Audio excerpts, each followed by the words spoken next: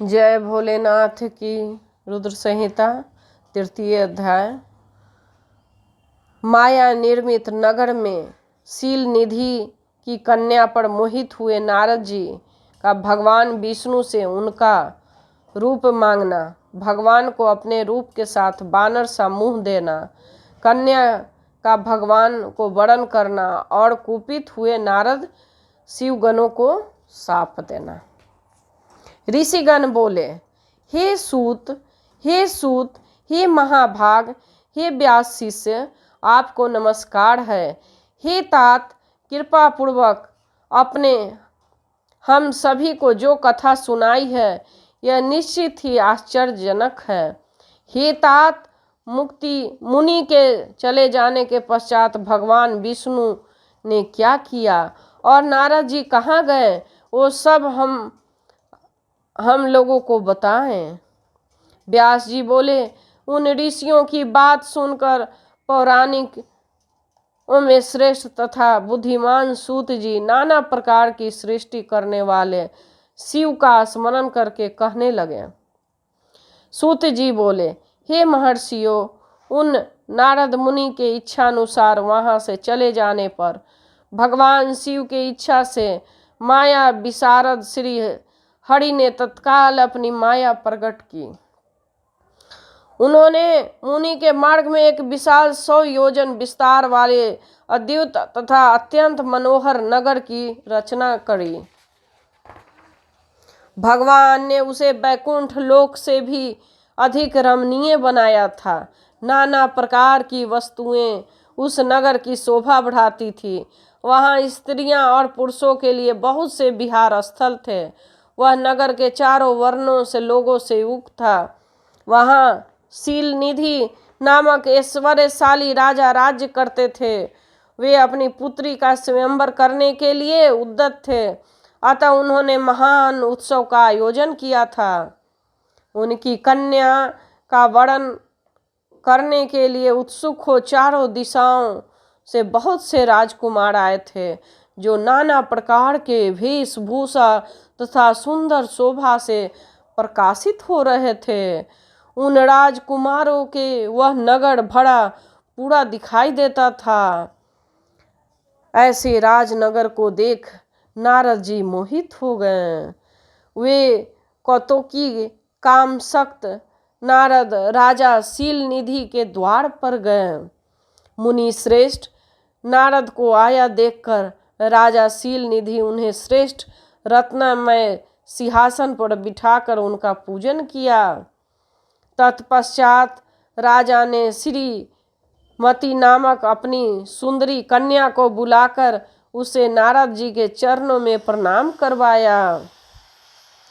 उन कन्या को देखकर नारद मुनि चकित हो गए और बोले, हे राजन, यह देव कन्या के समान सुंदरी तथा महाभाग्यशालिनी कन्या कौन है?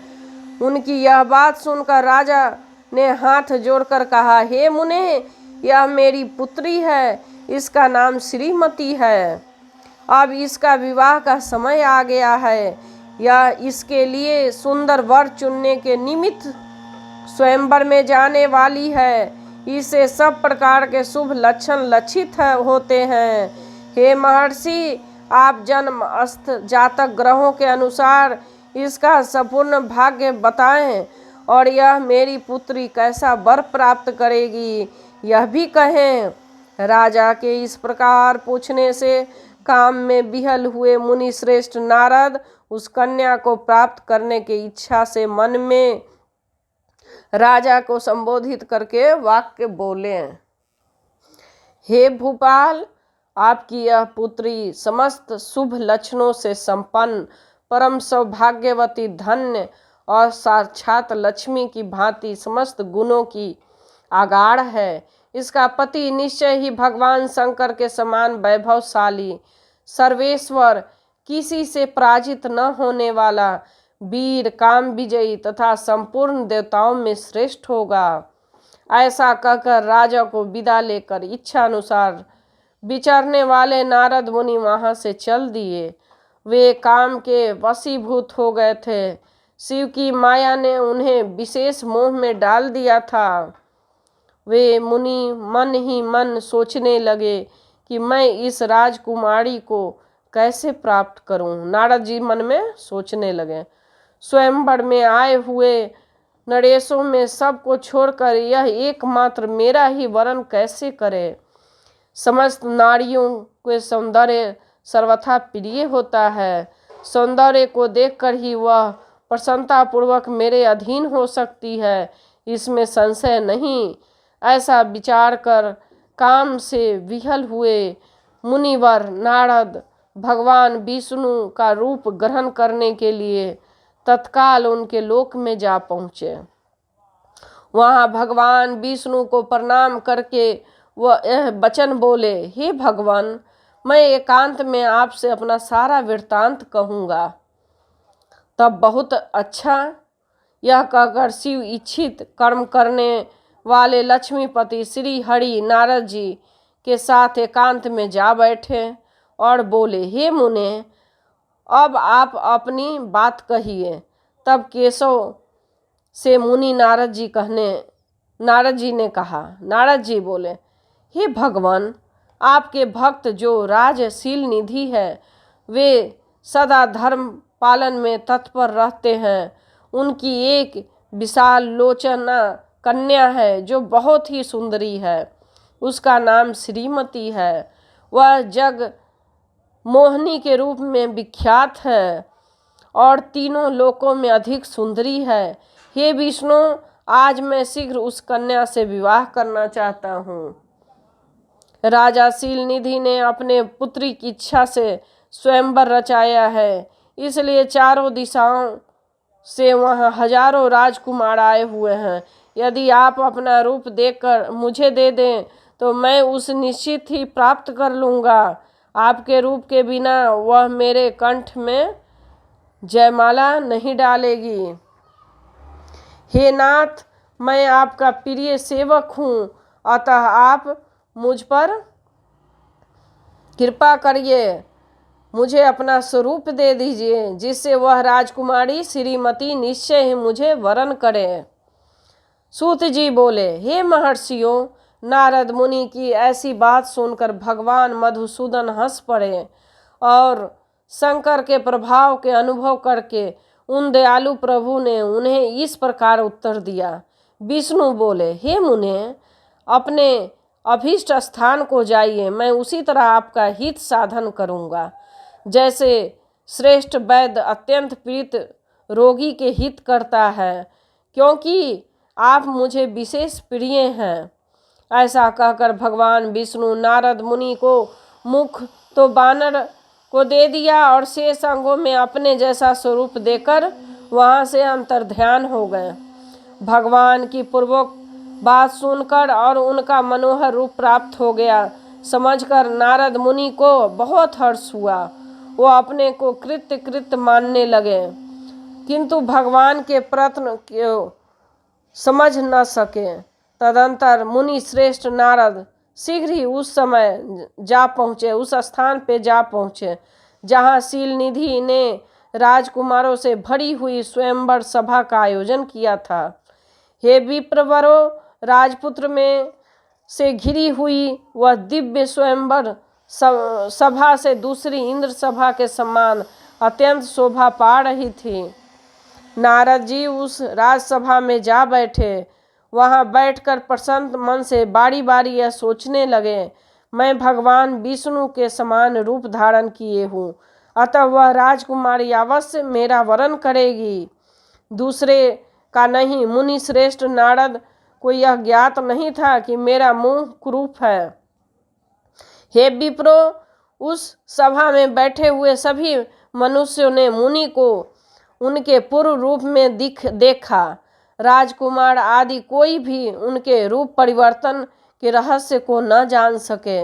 वहाँ नारद जी की रक्षा के लिए भगवान रुद्र के 2 गण आए थे, जो ब्राह्मण के रूप धारण करके गूढ़ भाव से वहाँ बैठे थे। वे भी नारद जी के रूप परिवर्तन के उत्तम भेद को जानते थे। मुनि का कामना वेश में मूढ़ हुआ जानकर वे दोनों गण उनके निकट गए और आपस में बातचीत करते हुए उनकी हंसी उड़ाने लगे। देखो, नारद का रूप तो निश्चित ही भगवान विष्णु के समान श्रेष्ठ है, किंतु मुख बानर के समान विकट और महाभयंकर है। काम मोहित ये व्यर्थ ही राजपुत्री को प्राप्त करने की इच्छा कर रहे हैं। इस प्रकार से कपटपूर्ण बातें कहकर वे नारद का उपहास करने लगे। मुनि तो काम से विहल थे, अतः उन्होंने उनकी यथार्थ बात भी अनसुनी कर दी। वे मोहित उस श्रीमती को प्राप्त करने की इच्छा से उसके आगमन की प्रतीक्षा करने लगे। इसी बीच स्त्रियों से घिरी हुई सुंदरी राजकन्या अंतःपुर से वहां आई। अपने हाथ में सोने की सुंदर माला लिए हुए वह शुभ लक्षण राजकुमारी स्वयंवर के मध्य भाग में लक्ष्मी के समान खड़ी हुई अपूर्व शोभा पा रही थी।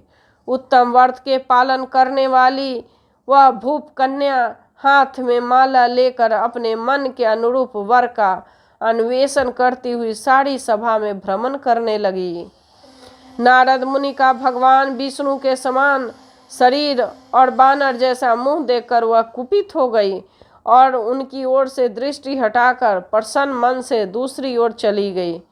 स्वयंवर सभा से अपने मनोवांछित वर को न देखकर वह दुखित हो गई। राजकुमारी उस सभा के भीतर चुपचाप खड़ी रह गई। उसने किसी के गले में जयमाला नहीं डाली।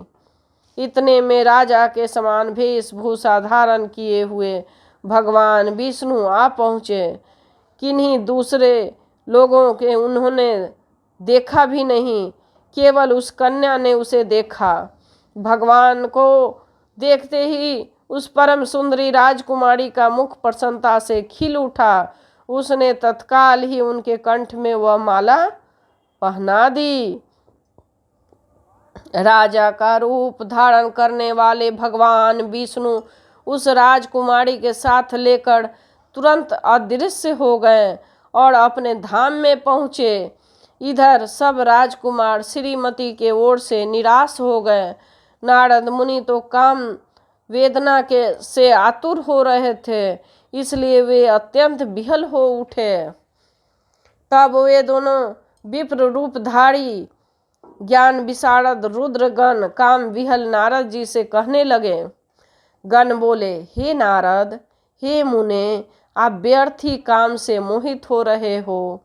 सौंदर्य के बल से राजकुमारी को पाना चाहते हो। बानर समान अपना घृणित मुंह तो देख लीजिए। सूत जी बोले, हे महर्षियों, उन रुद्र गणों का यह वचन सुनकर नारद जी बड़ा विस्मय हुआ। वे शिव के माया से मोहित थे। उन्होंने दर्पण में अपना मुंह देखा। बानर के समान अपना मुंह देखकर वे तुरंत ही कुपित हो उठे और माया से मोहित होने के कारण उन दोनों शिवगणों वहां से साप दे दिया। तुम दोनों मुझ ब्राह्मण का उपहास किया है, अतः तुम दोनों ब्राह्मण के वीर से उत्पन्न राक्षस हो जाओ। ब्राह्मण की संतान होने पर भी तुम्हारे आकार राक्षस के समान ही होंगे। इस प्रकार अपने लिए साफ सुनकर ज्ञानियों में श्रेष्ठ वो दोनों शिवगण मुनि से मोहित जानकर कुछ नहीं बोले। हे ब्राह्मणों, वे सदा सब घटनाओं में भगवान शिव की इच्छा मानते थे, अतः उदासीन भाव से अपने स्थान को चले गए और भगवान शिव की स्तुति करने लगे।